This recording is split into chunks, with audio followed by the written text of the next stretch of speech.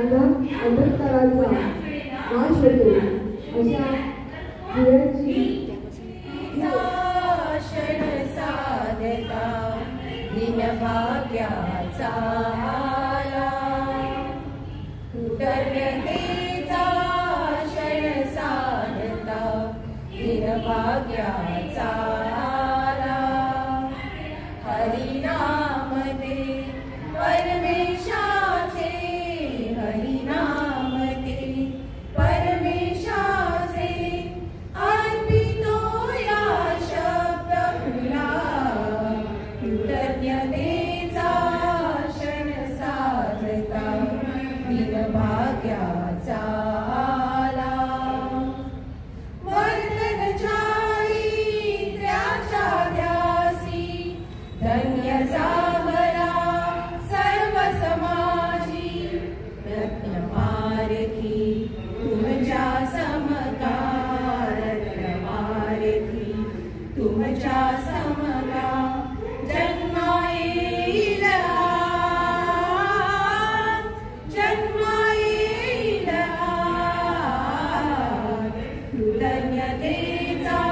क्षण साधता दिनभाग्याचा आला ज्ञान मंदिरे उभारुनिया ज्ञान प्रदीपा उजळविले धर्म मंदिरी कळसौ भविता धर्म मंदिरी कळसौ भविता जनसामान्या उद्धरिले जनसामान्या उद्धरिले कृतज्ञतेचा क्षण साधता दिनभाग्याचा आला यशस्वी तू शोधित राही हिची न धरली आस कधीही स्वीकार पद्म श्रीचा करता स्वीकार पद्म श्रीचा करता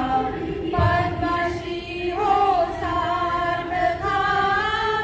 पद्मश्री हो सार्थका कृतज्ञतेचा क्षण साधता दिनभाग्याचा आला स्तुतीचा तुमच्या अर्पण करीतो मृदू गंधित ही सुमने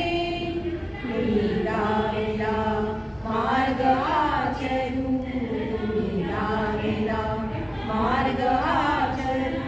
माहुनी तन धन मने माहुनी तन धन मने कृतज्ञतेचा क्षण साधता दिनभाग्याचा आला हरिनाम दे परमेशाचे हरिनाम दे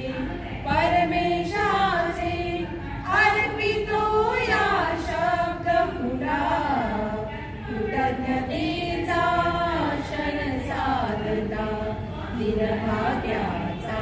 आला सर्वप्रथम आमचे जगद्गुरु श्री त्यांच्या चरणी नतमस्तक होऊन ज्या खास क्षणासाठी आपण या ठिकाणी उपस्थित आहोत ते पद्मश्री भाऊसाहेब वरकर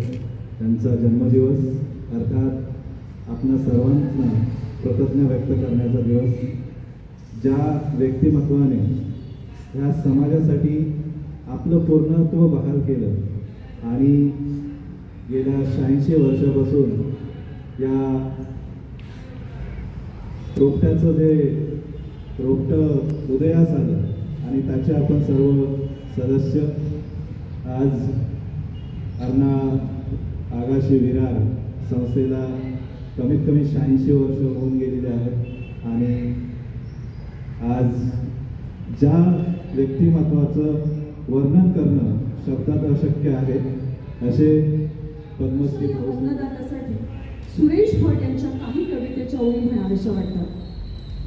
रोखण्यास वाट माझी वादळे होती आतुर रोखण्यास वाट माझी वादळे होती आतुर डोळ्यात जरी गेली धूळ थांबण्यास उसंत नाही येत खेटेल तुफान तरी वाट चालतो. येतील वादळे खेटेल तुफान तरी वाट चालतो.